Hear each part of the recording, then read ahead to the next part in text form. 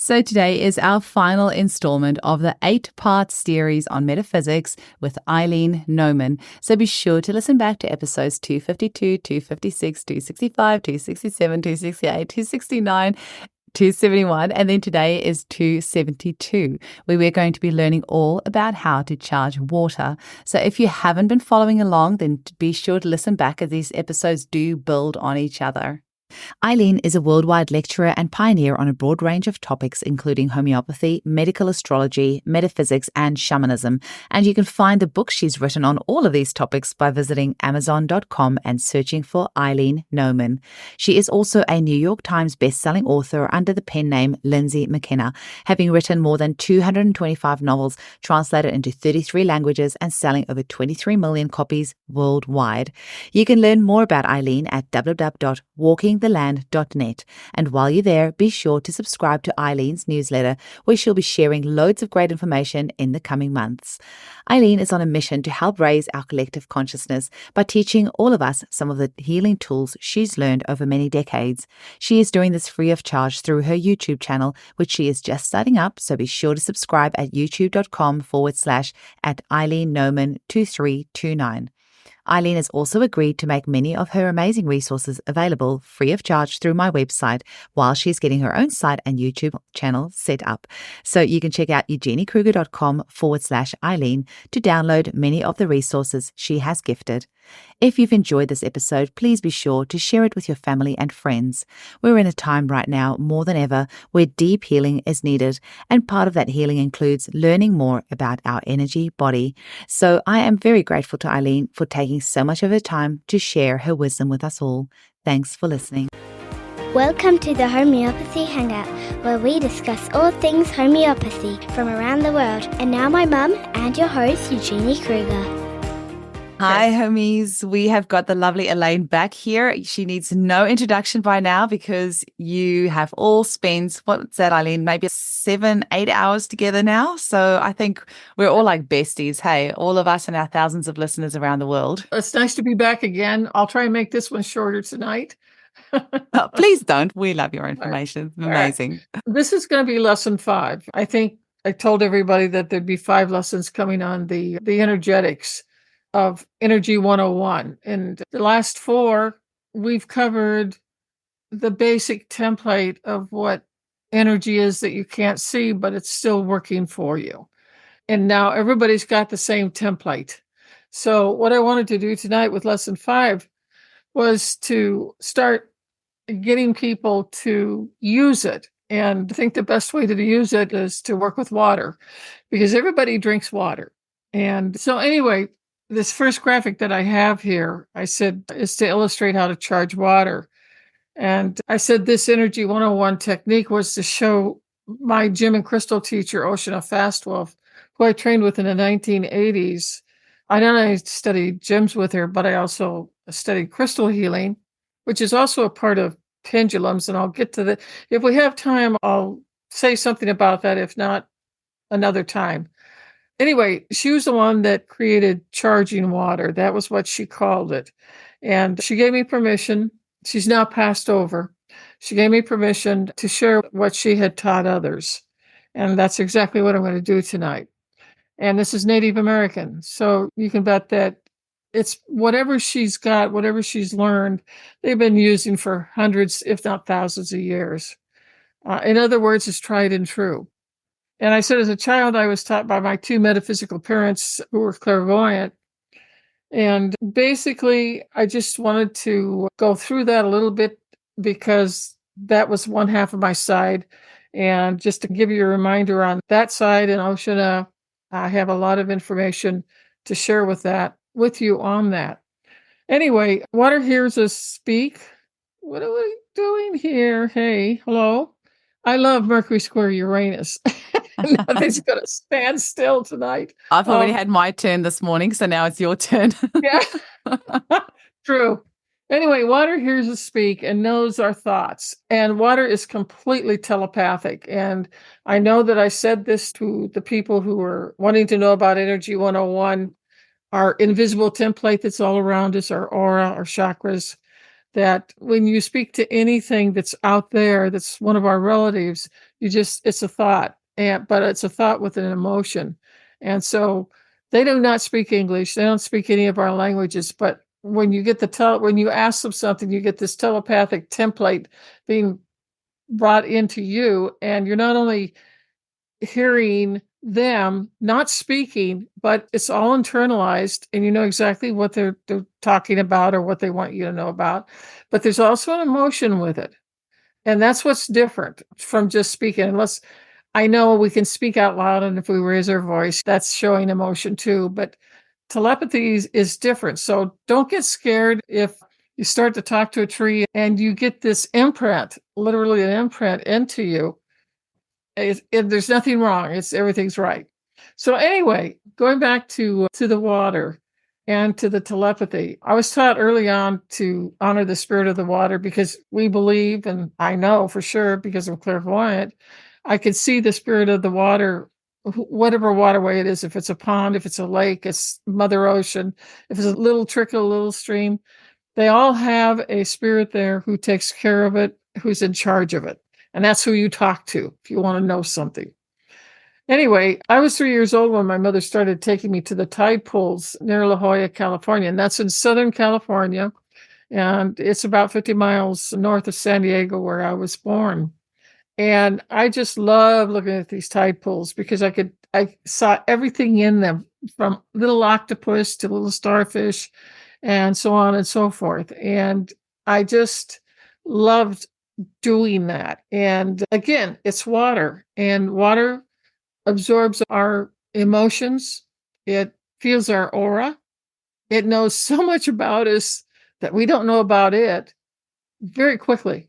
So that's what I want to connect with there. And I said, humans make the mistake that if something doesn't look like us, be it an animal, a honeybee, a lizard, a rock, a tree, a flower, that they aren't quote unquote like us.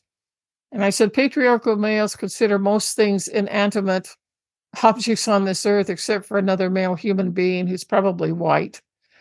And I said, indigenous people around the world see it exactly opposite of this type of man. And I said, everything is alive and everything can communicate with us.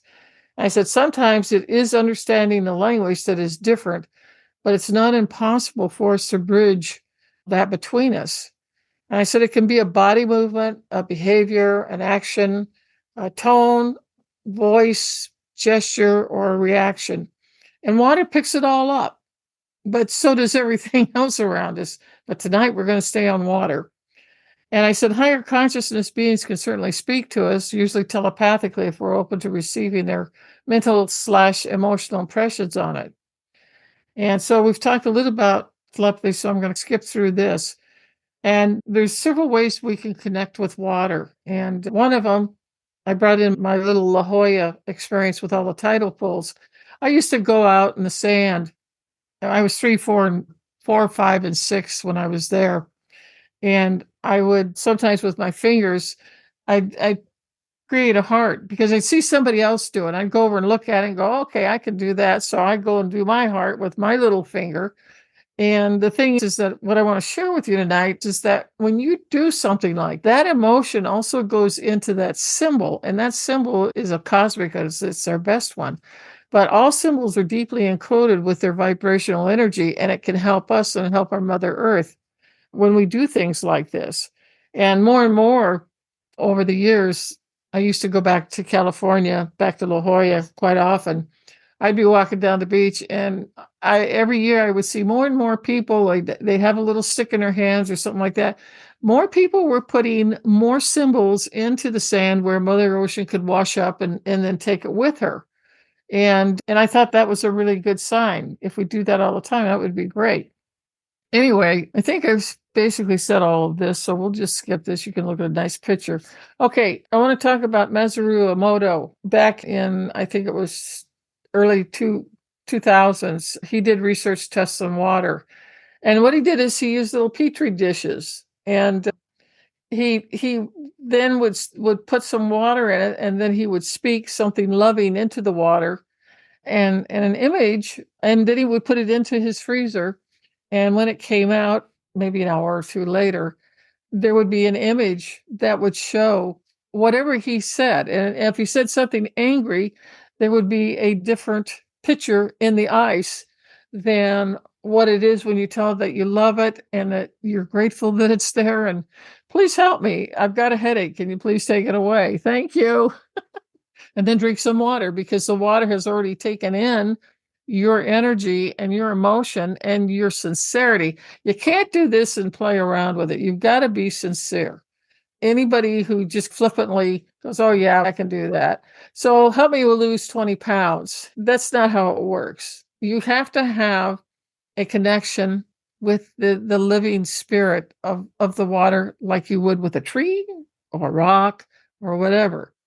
And I don't know if many of you know about Veda Austin. If you don't, you should. I've got her website URL here for you. And She's been on I the think, podcast as well.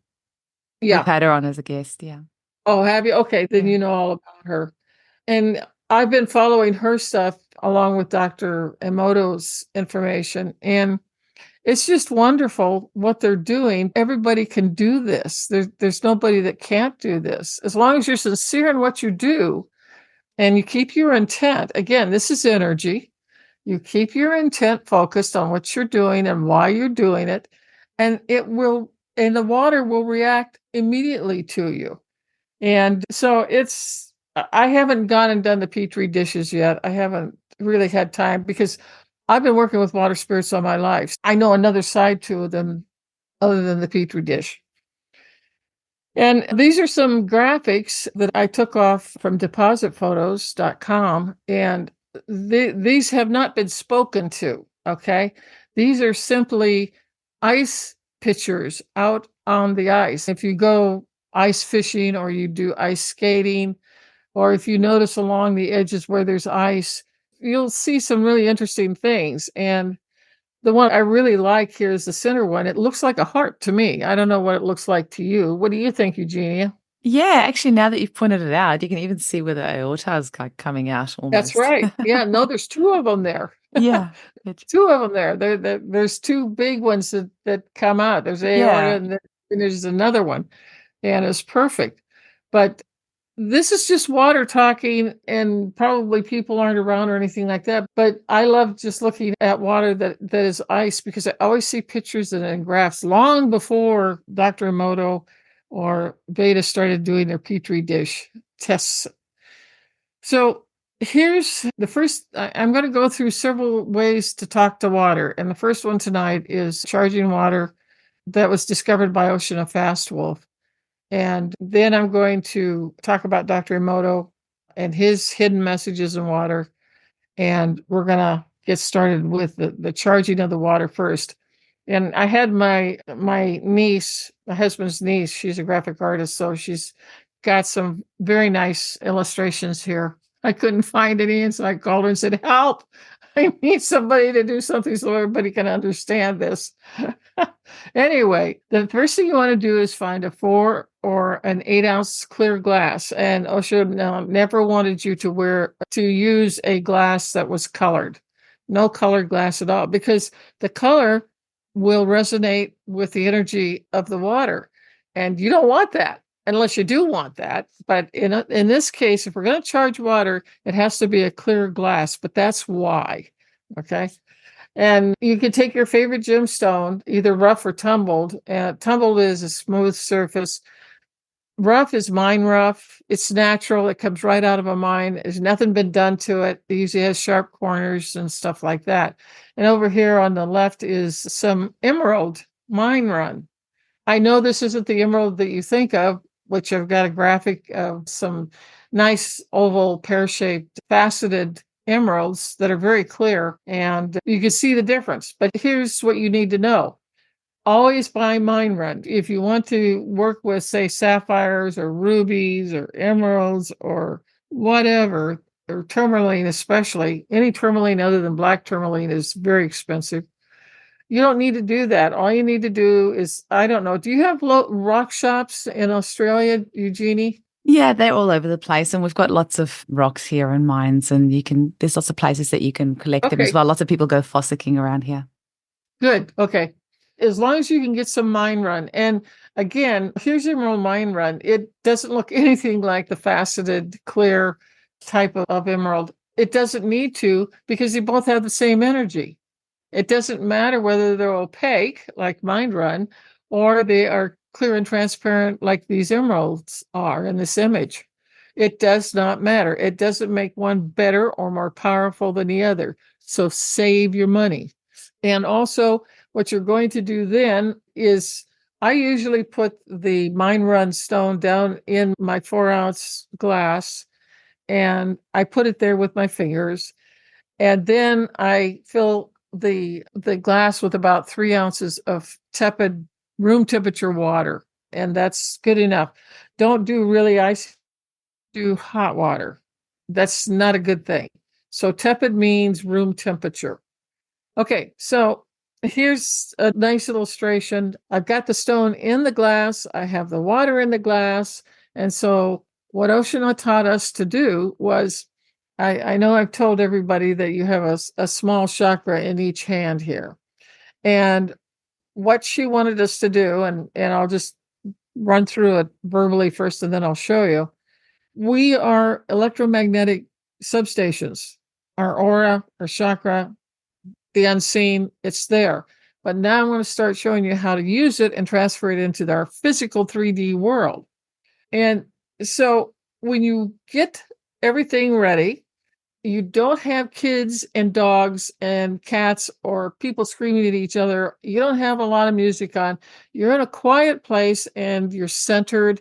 And please, before you start this, ground yourself.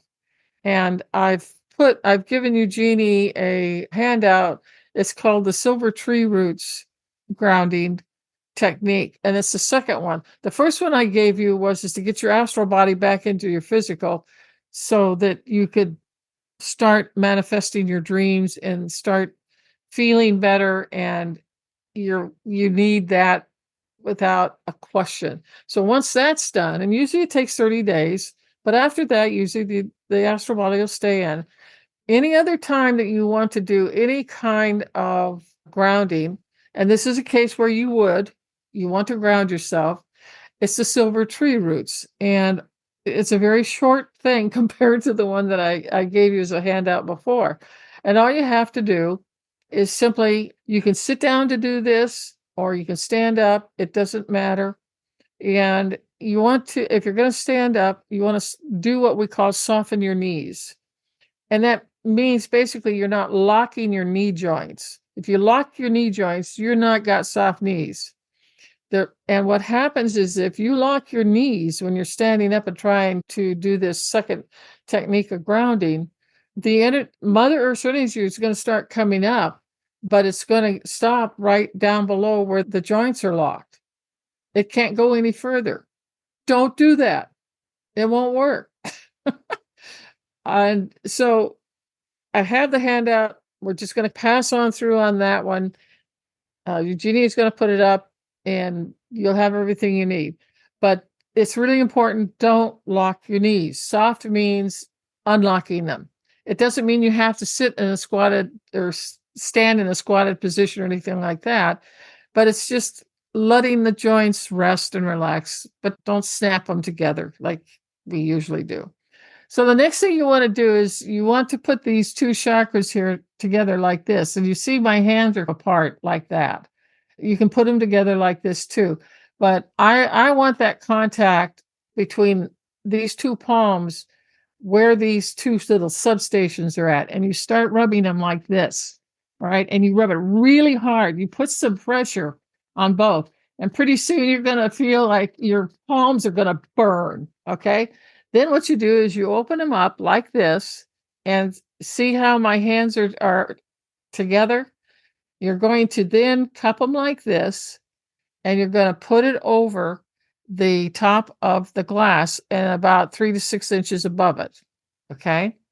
And then what you're going to do is you're going to make 4 circles, and they are clockwise around that glass of water. And what the 4 are is the north, south, east, and west, because Native Americans honor and are asking the different spirits of these different directions to come in and bless this water and what we're doing. And once you've done that, you can break your hands apart before they're like this. Pull them apart and then go like this and flick off all the energy that is. If you saw it clairvoyantly, it would look like we had two white little fuzzy gloves all over our hands. It would look like fat mittens or like rabbit fur on both hands. And you want to off. So I've just told you that you've got the handout for the silver tree roots, so we're not going over that. You can see the hands are together here, and my niece did a really nice job on this, and it's always a clockwise direction. Do not do it counterclockwise. I'm not going to get into why tonight. So here, I said, once you've completed the fourth circle above the glass, I said, pull your hands apart like I just showed you, shake them, get the excess energy off, and then with a spoon, all right, the center image here, lift out the stone in the water, okay, and gently set it aside, okay, on the table or the counter. And our dog, Gracie, she would be watching that. And if that stone fell on the floor, she would be after it, probably trying to eat it. So just put it someplace safe where it is in case you got a dog like we do. Anyway, with the same spoon, you can now take a spoonful of this. You now have emerald charged water. You can take a spoonful and place it in your mouth, and you are now drinking what she would call charged emerald water. And so we get into dosage to a lot of other things, which I'm probably going to bypass for the most part tonight. But you can take a teaspoon. It's like a homeopathic remedy at that point. Although it's not potentized, a 3X or a 6X or 12C or whatever you want, you're not doing that. You're simply using the energy that came out of your palms, and it struck the stone, and the stone reacted and released its energy into the water. And of course, water is living, and water goes, oh, good, there's somebody here. And water takes on the entire characteristics and personality of whatever you put in that glass. The thing is that if, for instance, I've had people who have a lot of headaches and stuff like that. And when I was working with charging water back in the 1980s, with somebody had a headache, I would just say, find some Emerald Mine Run. And the next time you go to your local, I don't know, rock shop, whatever you want to say what they are, and buy some. And you don't have to buy a lot. You just need a couple of stones. That's it. And then just take the water by the spoonful every 5 minutes, and within 15 minutes, you should definitely notice a difference in the symptom picture. And then just keep on going for about another 15 minutes. And by that time, almost everybody's headache or their pain or whatever is gone. If it's the right gemstone. I've written a book called Colored Stones, and you have to know your stones just like you have to know your homeopathic remedies. You just don't go, oh, you take this.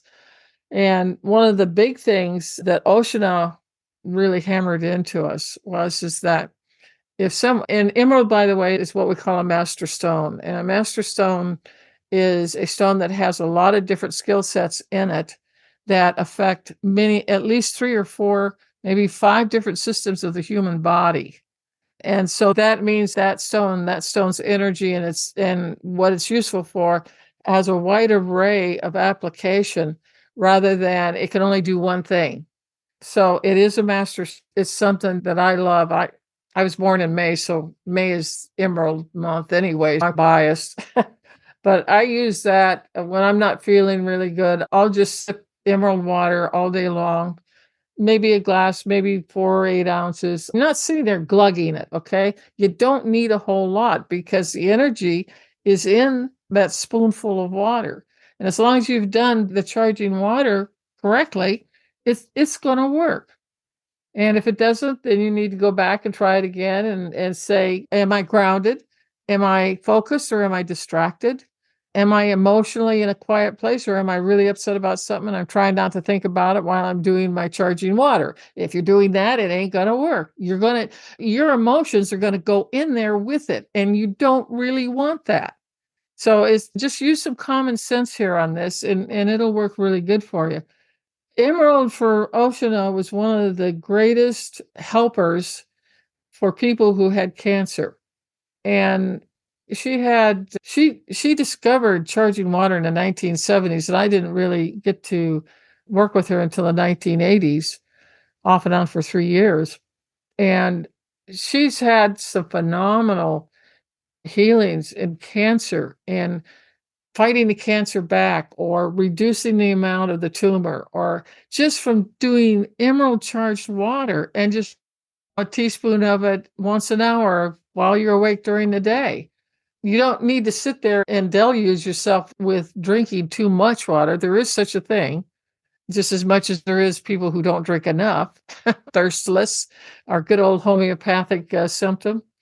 But one of the things that she told us, and she really drilled us into our heads, is that we never wanted to use a red stone in charging water and giving it to anyone who had cell multiplication problems, because it increased the cellular amount, and it basically can create a situation where the cancer is growing faster and moving around the body sooner on a red charged stone. And the one that she really pinpointed was you don't use ruby. That's interesting.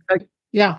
If you stop and look at it, and again, gemstone health issues and stuff from where she came from is a whole nother series of workshops, because it's really intense and it really gets down to the nitty gritty. And you also need a book called Colored Stones and Healing, or no, I'm sorry. I can't think of it. It's the Anatomy Coloring book is the name of it. Okay. Anatomy Coloring book. And it was published here in the United States, but it's a worldwide favorite. And if you get into working with healing and energy with water or not, if you go the quartz crystal route, it's the same thing. If somebody has cancer, you don't use a red stone on them. And I don't use an orange stone either, because it is quickening the energy because of the color that it is. And so the thing also is that emerald is green and our heart chakra is green. Now it can also be pink, which means you're pulling in the white of the crown with the red of the root chakra. Okay. And the heart is the center of our body, literally. And so those two colors, when you mix them, it's pink. But technically the chakra is green. And so anytime you would take emerald charged water, it's really great because it's helping your heart. And the heart should be our primary station in our human body. It is anyway. When you have a heart attack, you find that out real quick. But it's the emotions that get us. It's not the mental, it's not the spiritual. It is the emotions that nail us all the time. And so if you're having a really hard day, for instance, you could charge some emerald water and just sip it until you come down off that emotional cliff. It calms you. It calms animals. I've had some of my plants got really sick, or they got partly eaten by a possum or something, or a raccoon really liked it. And they're sitting there bedraggled. I would charge some emerald water and I would take it out and I would pour it around the plants and they would come back. I never lost them. So you can use emerald water on just about anything because it's about growth. It's about life. It is our heart chakra and it's about love. So it's like, you can't lose in this. But do not, if somebody has anything as a multiplication of cells, do not give them ruby. Do not give them, I wouldn't give them an orange stone either. She stayed strictly with emerald. Emerald has such a good track record with people who have some kind of cancer. So it would be something that I'd say, why don't you go look at it? It can't hurt you. All it can do is maybe help you. And if it does, that's huge. Every 24 hours, you would recharge your water. You would do it every morning when she got up. And she also found out she had a bachelor's degree when she was much younger. And she used to go into this was pre-computers, but people who were using mechanical devices of some sort or another, and they were doing scientific research. she took her stuff in there and she would charge water, and they would put something down into the water, and then they could look at the oscilloscope or whatever they had there, and that would tell them they would the probe into the water before they did the charging of the water, and it would have a reading that they could actually register, and she'd write it down, and then she would charge the water and then put the probe back in after she took the stone out, and it would have a much higher reading.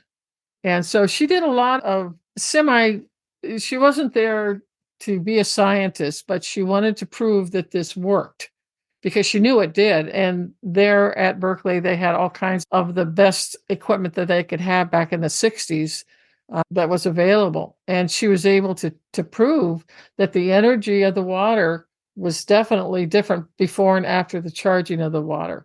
So give it a try and see what you have to say to me about it. I'd love to hear more. Also, in my YouTube, I have one of my playlists is called Gym Mystique, and because I have a degree in geology, or not geology, but gemology from GIA, which is world famous. They're the best of the best. I have a degree in colored stones, so I can work with anything as long as it's not diamonds or pearls. And I don't particularly care about diamonds at all, but never mind that. But if you go over to Gym Mystique, the first one that I've done over there is emerald. There's a lot of information on it, and you can check it out. And I'm trying to do one once a month. I have the one on black tourmaline written, but I just haven't had time to get it up yet. And that's next on my list. Let's see. Let's move on. Whoop. Can I What did I ask a do? quick question now, Eileen? I know once you're in that flow, I don't really like to break your flow, but just you were saying about the teaspoon. I'm guessing the reason you don't just sip from the glass is so you don't then get your own saliva back in the glass or things like that. And do you cover it with a plate in between? Like I often know if I get clients to take water remedies, I'll get them to just put a little plate or something, or I often just get them to use a jar because in that case you would succuss it. It's easier to succuss, and then you'd have your little you sip with a teaspoon, and then you would just put the jar lid on afterwards, which is a little bit easier than putting a plate on there. Oh, Chanel would laugh you out of her. Really? She'd turn and say, "You're a Virgo." No, seriously, just it's like this. I've got emerald charged water in this, even though it's orange. It has an orange taste to it. I still have the emerald in it. And it's whatever you want. Whatever works for you, that's fine. You don't need to really cover it up or anything like that. And I have this glass on my desk all day long, and I'm always drinking water. And every time I do it, I ask it to do something or to tell it that I love it and that I am grateful it's here and helping me. So I drink it all day long, but I don't drink gallons of it. I think if you get 6 8-ounce glasses in a day, you're doing pretty good because most Americans don't even get that. They're into their Cokes and all the other energy drinks and stuff like that. Up to them. Anyway, let's see. Okay. This is a true story. We're going to get into paper remedies now. And I backed into this one. I didn't even know they existed. But I had the Athena list back in the 1990s, and it was a list of about 120 people from around the world who wanted to learn basic homeopathy. And so I said, hey, I'll teach it, give you something new every week. And one of the people who was on there, his name was Gail, and he was over in Italy, and he was a farmer, and he lived out in a rural area. And his daughter one day got a spike fever, and kids are famous for spike fevers. They can go up to 103, 104, 105, and it just really shakes you because it's like it's coming out of nowhere. They're not necessarily feeling bad, but they're saying that I don't feel good, mommy, or I'm tired or something like that. And you take your temperature and then you're going off. You're ballistic about that point. Holding me by email, and he was frantic. His 6-year-old daughter had 105 temperature or 106. I can't remember which, but it was really high for her age. And first of all, I tried to get my people who were on Athena to always have a small homeopathic kit, a home kit. And probably about half of them, either they couldn't get it because it was the country they were in, and they didn't have the money to go out and buy one from Australia or the United States or maybe somewhere in Europe. And he didn't have one. And I was frantic because I knew that Aconitum napellus, aconite's world famous for spike fevers on anybody, but especially children. And so my people just said, write it on a piece of paper and put it beneath the glass. I'm going, what? So anyway, they said, let it sit there for 5 minutes and then get a teaspoon out of it and give it to the child and give it every 5 minutes for three times, which is 15 minutes. So that's what we did. And I had told him to write down Aconitum napellus, and he knew that. I'd been teaching them for almost a year then, and he knew what the names of them were and how to spell them. And so he wrote it and got a glass of water, set it on there, and we timed it out at 5 minutes. I said, okay, give her a teaspoon. And so he did. And by that time, I think it was down to about 102 or 103. I think it was 102 in 15 minutes. I'm going, God, this works. Talk about pulling a rabbit out of a hat.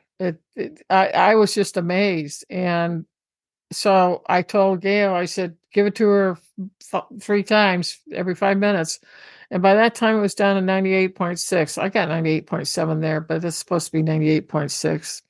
Oh, she was normal and she stayed normal. See, I have no idea what caused it. He didn't either. He was looking for bites or stings, or I was worried about an anaphylactic reaction, which can kill you. And she didn't have any of the other symptoms to go that route.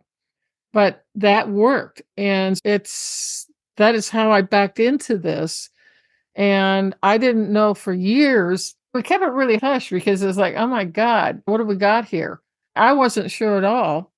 But the thing is that I worked with Oshana in the 1980s, and I was working with energy with my hands, with a stone in the glass. And I thought, if that can happen, why can't this happen? And I knew from working in the 1980s with her on charging water, that water was different than what people believed that it was. And Oshana knew everything about water. The fact that it would resorb or absorb whatever you put in there. And so she really was a leader in that. And of course, she's not going to go down in history as one of these people who was very famous in doing this, but she was the head of the pack in Native American. And Native Americans know a lot about energy healing. They've got thousands upon thousands of years. So anyway, we had a horse who was really jumpy and anxious. And I wrote Aconitum napellus, and I taped it on her bridle. And I went and rode her. And it was always like, you're going to fall off, you're going to get knocked off, you're going to get thrown off, because she was just jumpy and wouldn't settle down. But as soon as I went out into the pasture with her, and she was quiet, she just plodded along. It's like, gee, this stuff really works. Then I tried it on our dog that we had at the time, he got hit by a car, and I just wrote the Arnica montana on it with a 10M, and I just put it on his fur. And then I was running to go find my high dose remedies to find it, and I just left him. And when I came back, he was sitting up looking fine, going, God, this stuff really works. And it does. It does. Eileen, I have a quick question for you. Sorry to interrupt you again, but something that I'm getting a lot of questions on at the moment. We're about week 3 into the new school term here in the Southern Hemisphere. And I'm getting so many emails from mums saying that their kiddies are having a really hard time adjusting to the new year at school and the new teacher. But I'm just wondering if the parents could just charge the children's water bottles before they go to school in the morning, and maybe yeah. Absolutely. Yeah, absolutely. Yeah. I think that's a great idea. There's not anything that you can't do with it. What's a message you would use for that? Just something like "you're safe," or like it's the ones where the teachers have to peel the kids off the parents in the morning. Could you put or is there a particular crystal that you would charge that water with? Yeah, I was just thinking about different remedies for that being clingy. Probably pulsatilla would be a really good one. And if it's severe, I would be looking at the milk remedies. Oh, yeah. They don't wanna leave mommy, and they don't feel safe without mommy being there. And I have found the milk remedies many times with children who are like that. Give them a low dose. The 30C is fine if you got it. If not, do a 12X or something like that, and it settles them right down.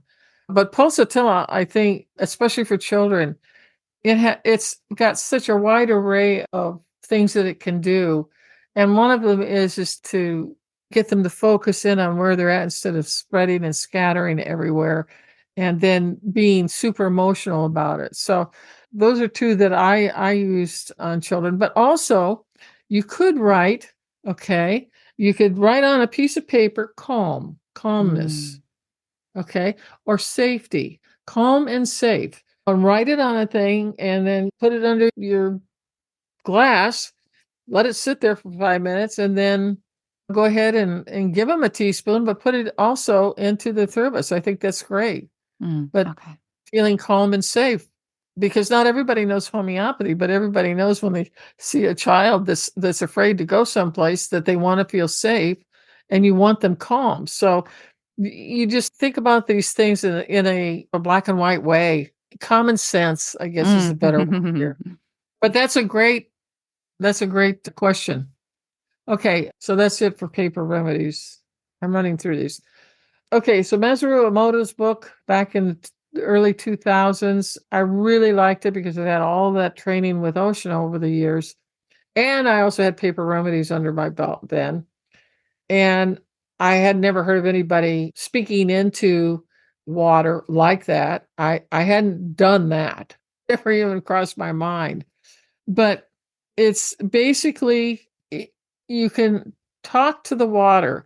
And the important things that you need to get out of this is that you want to, first of all, be focused, and you want to allow your heart to feel love toward the water. Because it's a living being, it's a spirit, it's an energy, okay? It's just like us, we have energy too. You can't see it, but it's there. And the same with the water. But the water wants to help you. And I read his book and I thought, wow, this is great. And so I started talking to my water in the morning, and I would say good morning to it. I love you very much. I've got a bit of a headache. Could you please help me with it? And I'd be grateful. Thank you. And I would take the teaspoons and it would go away in about a half hour. That's it. Or somebody that, with my husband David, he's got arthritis. And the way we keep it at bay isn't with a homeopathic remedy.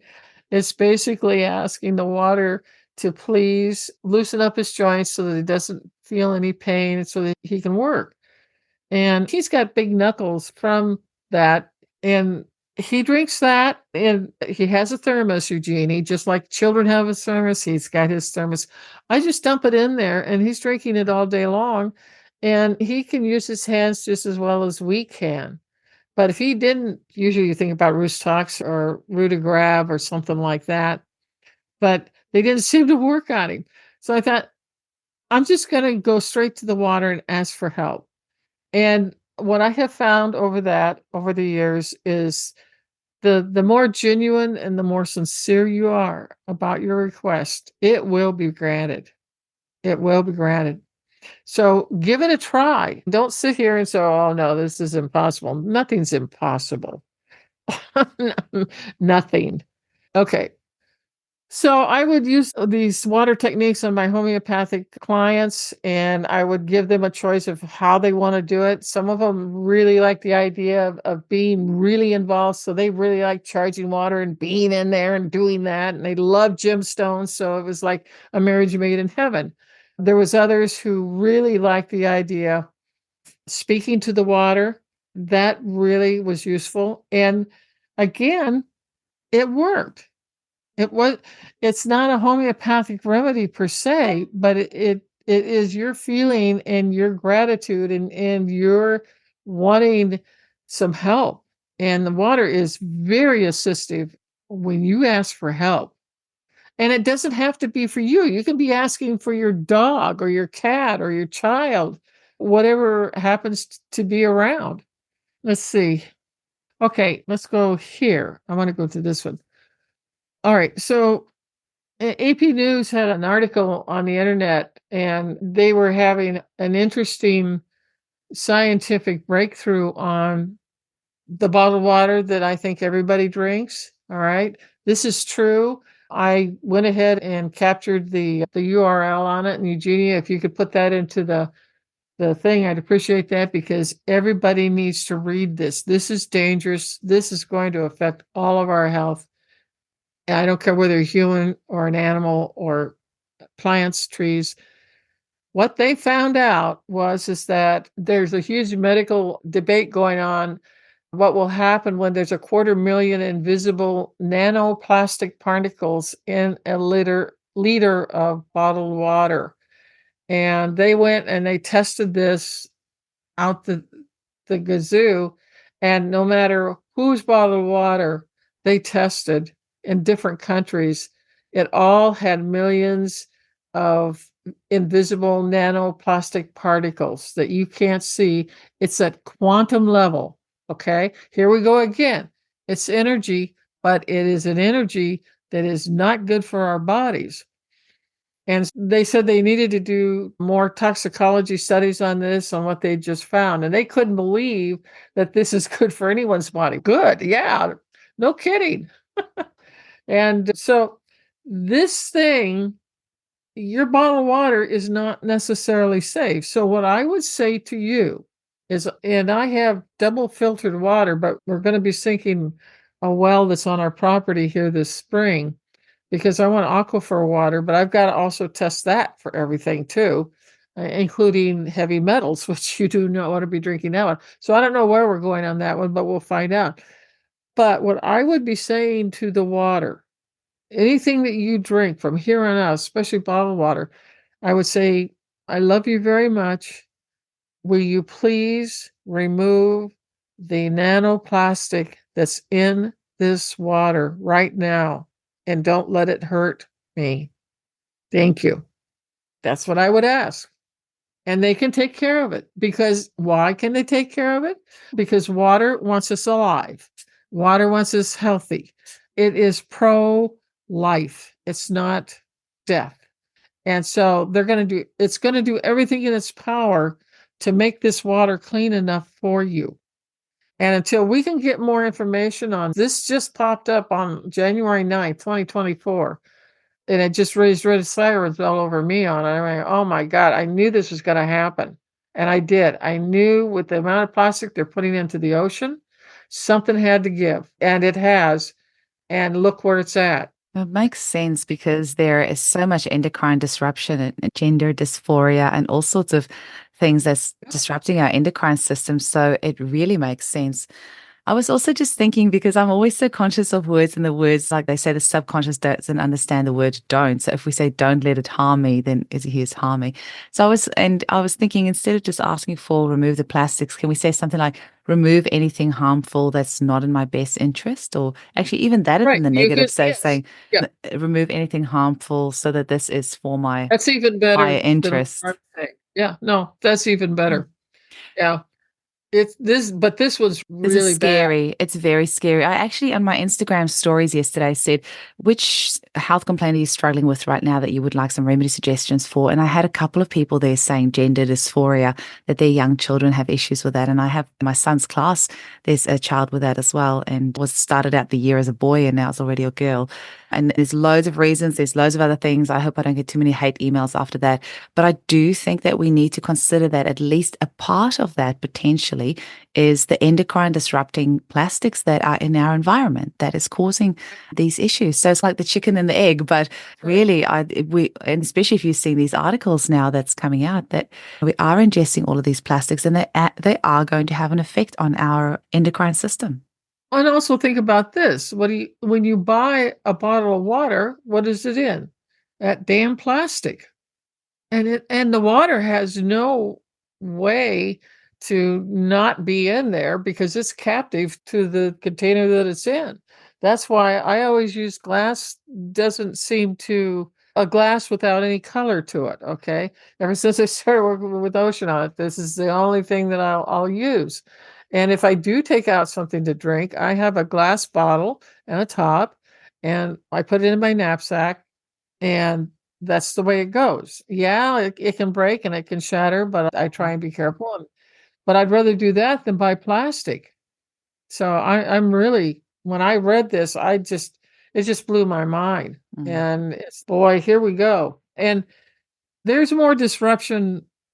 This is my personal way of looking at things. Our hormones are the element, and I'm going to get into energy medicine here for just a second. The energy comes in, the prana, which is good for us, comes in the crown, and then it goes through to all of the front and back chakras.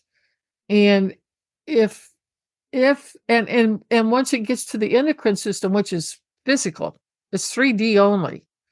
There's an actual transmutation that takes place between the prana and then turning it into an actual hormone. See, and this is our big problem, because you start messing with our hormones, and I have seen this time and again in people. Hormones can make you do things or feel things or think you're this or that, and you really aren't. But the hormones are either too high or they're too low, or they're not working in tandem with the pituitary gland, your master gland up here, and your target glands down here. There could be a switch that's off or a switch that's on all the time or that won't shut off. I seriously believe that the way we eat is going to tell you a whole lot about your health, and it starts with your endocrine gland. And I'm always looking at the endocrine glands because they're all hooked up with all of our chakras, and those two, that's not where you want to go. It's going to bring in more problems with hormonal things as a result of this. So when I saw that, I'm going, oh no. So anyway, yeah, you have some good ideas, and we'll just keep working with it and see what we can do. Okay, so I said water's giving us life. And I wanted to share, I asked Michael, he was one of my shamanic students for 5 years, and he's a Jungian analyst, and he is very often teaching shamanism over in Europe to medical doctors and people who have medical licenses over there, different types. And he had told me at one time, and this was back in 2011, he told me that he actually got to talk to Dr. Masaru Emoto, and he was just thrilled pink with him. He just loved the man, the energy around him. And his email to me was, he says, Dr. Emoto wrote me this formula for purifying water. He says it is in Japanese, which is an ancient shamanic formula. But also the Japanese is an ancient, I don't know what you want to call it. It's an old language that they used to have in Japan, but it's pretty much gone, except for a sect of monks who still speaks it in Japan. But very few people do. But Dr. Emoto knew the language. And I thought, wow, that's cool. But anyway, he says he gave it to me to help the groundwater. He says, I've asked for a translation to be sent, as I forgot, but it is cryptic. And he says, like homeopathy, you fix the words on paper to the water source, or you put it on a bottle with some adhesive tape or something like that and let it sit for maybe 5 minutes, and then drink it yourself or pour it into the lake, the well, or the river, he says, after a day or so. And the invocation, he had a whole bunch of Japanese here, and I had to go out on the internet to translate it. But it's called the Grand Prayer in ancient Japan. I'm sure I'm slaughtering that word, so apologies. I said, and even if you don't know Japanese, I said, just write these words on a piece of paper and set the glass or the bottle of water upon it for 24 hours. That's what Dr. Emoto would do. And he says, then you can pour it into the water source if you're choosing 24 hours later. That was what came back from Michael. And then I had to go back out on the internet, and I couldn't find anything except Japanese of today. I have a friend who lives over in Japan, and his wife is Japanese. He's Australian, by the way. And I told him, I don't know how to do this. This Uchu no Mugen no Chikara ga Kori Kuti, and I'm tripping all over my tongue. And I said, I don't know what it is. And so he asked his wife, and she says, oh, that's the ancient Japanese. But she knew somebody who could translate it into English or Japanese as they speak it today. And what he was saying, what Dr. Emoto was saying to the water, was the infinite power of the universe condensed, and the true era of Daiwa took shape. As I understand it, Daiwa is like God, okay? But it depends upon what the religion is in Japanese, and I don't want to get into that because I'm not versed in it. But that is what he spoke into the bottle of water. And I guess it makes a really beautiful snowflake, an ice snowflake shape too. I can't use his stuff because they charge money for every photo, like $500 each. I can't do that. All I can do is tell you that if you want to try this, okay, the infinite power of the universe condensed and the true era of Daiwa took shape. This is when it was the creation of the universes. This was creation, okay? And that was an interesting thing that when Michael sent it to me, I thought, wow, this is great. And that was in 2011. So I'd already done the other types, the charging water, the paper remedies, and I had read Dr. Emoto's book. So I had the speaking to the water. And now I have this. And so I am saying this every morning. And what I've noticed is that I just have more energy, and it really stays. And I don't have the ups and downs that people get. So you might, if you feel drawn to it, try it. If you don't, that's fine. But don't throw the baby out with the bathwater. So there's Dr. Masaru Emoto's website. Please go there. He's got fantastic photos of everything he's done. He's done ice crystals and rivers and lakes from around the world. And also what music does for us. And words carry meaning, emotion, intent, and energy. And when you're working with water, what you want to do is bring your love from your heart into your intent when you work with living water. And it works. And if you want, go ahead and get his book, The Hidden Messages of Water. And it's wonderful. I've also at the back end here that maybe Eugenia can put these into the chat box for people where you can learn more. Now, I think some of you may know about Veda Austin. She's a very beautiful person, beautiful heart. She's also beautiful looking, but she's as beautiful inside as she is outside. And she has really taken Dr. Emoto's first research and she's moved on and she's widening it out and it's all working. It's fantastic. Another one, if you really want to get into this, is Dr. Rupert Sheldrake. And he's got a lot, he did what we call morphic resonance. Basically, it's just working with energy, okay? You can't see it there either, but he also has done a lot of really good work with energy. I think that's it. Okay, here's two more. Now, this first guy, Dr. Polak, Professor Polak, Gerald H. Polak, I got his book when it first came out, and I trudged through 19 chapters. And then somebody told me, oh, you should read the last chapter first. It has brought everything into common sense for people like me who don't have a university or college education. And I can understand it. But he's a scientist, and he has discovered the fourth phase of water. And it's an amazing thing this man is doing. He's with the University of Washington up in the state of Washington in the United States. And it's called the fourth phase of water. But go to the last chapter and read it. That's all you need to do.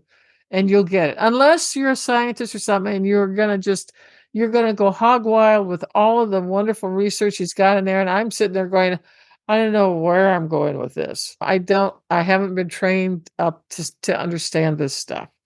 And the last one is Dr. Luc Montagnier. He is a Nobel Prize winner. He's done important information and videos on water that should not be missed. He has proven things that scientists do not want to believe, and they've basically shut him out. But the man is on the right track. And you should know these people because they're really at the forefront of what water can do for us. And again, we're working with energy, but we're harnessing it and we're coming from the heart. And that is the best thing of all. It's So interesting that Luc Montagnier was speaking out quite a lot about COVID, and then he also passed away during that time. So I don't know, I can't help but think a bit of conspiracy theory in there. But yeah, he was speaking up quite a lot of it. And of course, after winning the Nobel Prizes and doing all this amazing work, the second that he spoke out against COVID, he was labeled crazy. And then, a while after that, he passed away. Yeah, he'd done his work. These people are what I call mission souls. They're down here for a specific reason to bring us something that's going to be good for us and good for the planet. And these three men and Veda are doing phenomenal things, and they're just opening up things that the scientists don't want to hear. They don't want their world rocked. They don't want their world changed. And excuse me, this is science. Science is supposed to be rocked all the time. Otherwise, why do you call it science? So it makes no sense to me. Anyway, energy-wise, this is what I wanted to share with you tonight. And this is the end of our lesson 5. And you've got 6 handouts from me. Amazing. So I'll keep you busy. One of them is really important, is on the pendulum, how to use it. And I think there's 13 pages to that sucker. I spent a week working on that. But it'll be worth it, because once it's done, then people can use that to track what they need to do.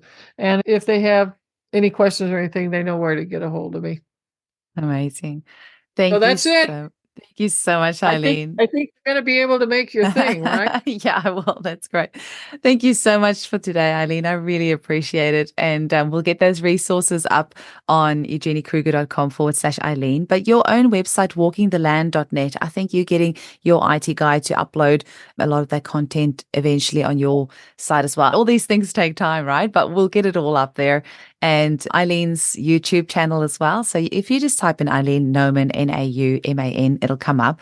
But you can also, it's youtube.com at Eileen Nauman 2329. So you can always just type that in. But if you just type your name up, your channel is one of the first ones that do come up there. And she's got her gem information there, and all of the podcasts that we've done, the videos will be up there as well. So between the two places, we just want to make sure that it's easy enough for people to find things, because I'm getting my hubby to upload things and you're getting your IT guy to upload things. So between the two of us, this information is getting out there and we're just making it readily available. And I actually even really love the collaboration, that it's not like, oh, this is my information, or no, it's only there. Like, I actually love this Age of Aquarius energy. I had a podcast episode last night with 4 other homeopaths, female homeopaths, and just this collaboration of, this is here for all of us to share and enjoy and use. It's just really lovely. I'm really enjoying it. None of that competitiveness of this is all mine.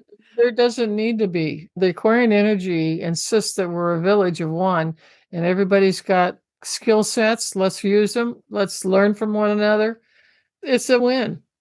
I love the acknowledgement of as well. I just have to say alongside that, it's not like all away. It's like, this comes from this person, and you always acknowledge Oshana and all these people whose work, their work came after yours, but you still acknowledge the work that they do as well.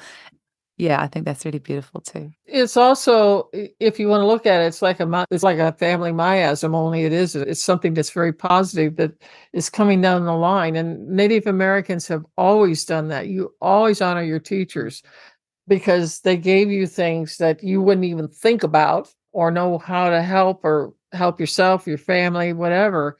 And that's the way they do it. But that's how they honor that person. And she sure needs to be honored, because she was doing stuff with water in the 1970s out of Berkeley. And look what they're doing now. But she was a real forerunner. And so, I always like giving credit where credit's due. We stand on each other's shoulders.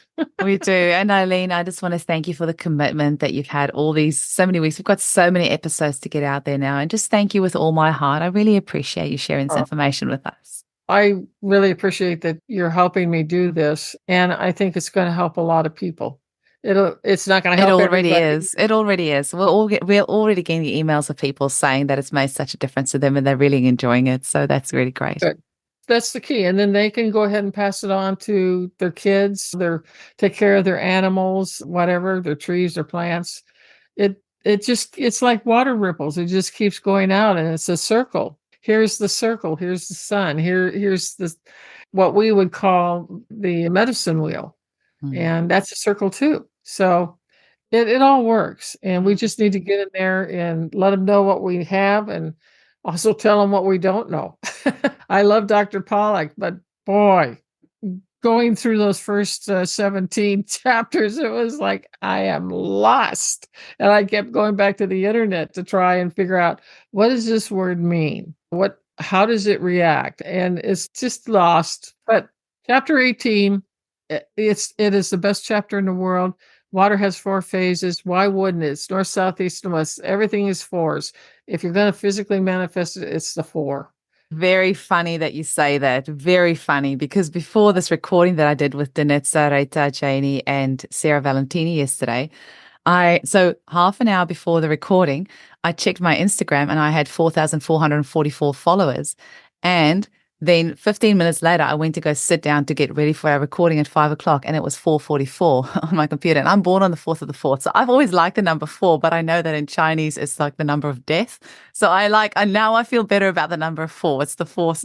Oh, yeah, no, it Fourth. is circle. It's the hoop of life. Interesting. Cool. I feel better about I always felt bad that 4's my lucky number. It was never really brought me luck, but I was born on the 4th of the 4th. But this is Chinese number of death, so I've always thought, I don't know, that's probably a bad lucky number to have. No, it's not. Anybody that has a 4 energy. Now, I'm pretty good in numerology. I'm dangerous in numerology. I know just enough. I'm a 22-4. I'm a master number because 2 plus 2 equals 4, and you take a complex number and you make it a single number. All right, in numerology. And the number 4 are the people that put stuff on the ground and make it work. And look what you're doing. I mean, Cool. you're tapping into people around the world, and you have a lot of people who love how you see the world because they're seeing it the same way. And that's amazing to me. I'm doing YouTube because I want to leave things behind after I pass over.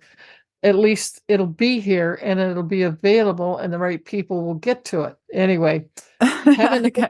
have a Thanks, nice Eileen. day. Have fun with your children today. Oh, And thank you. it'll be great. So Love see you ya. lots. Bye. Bye-bye.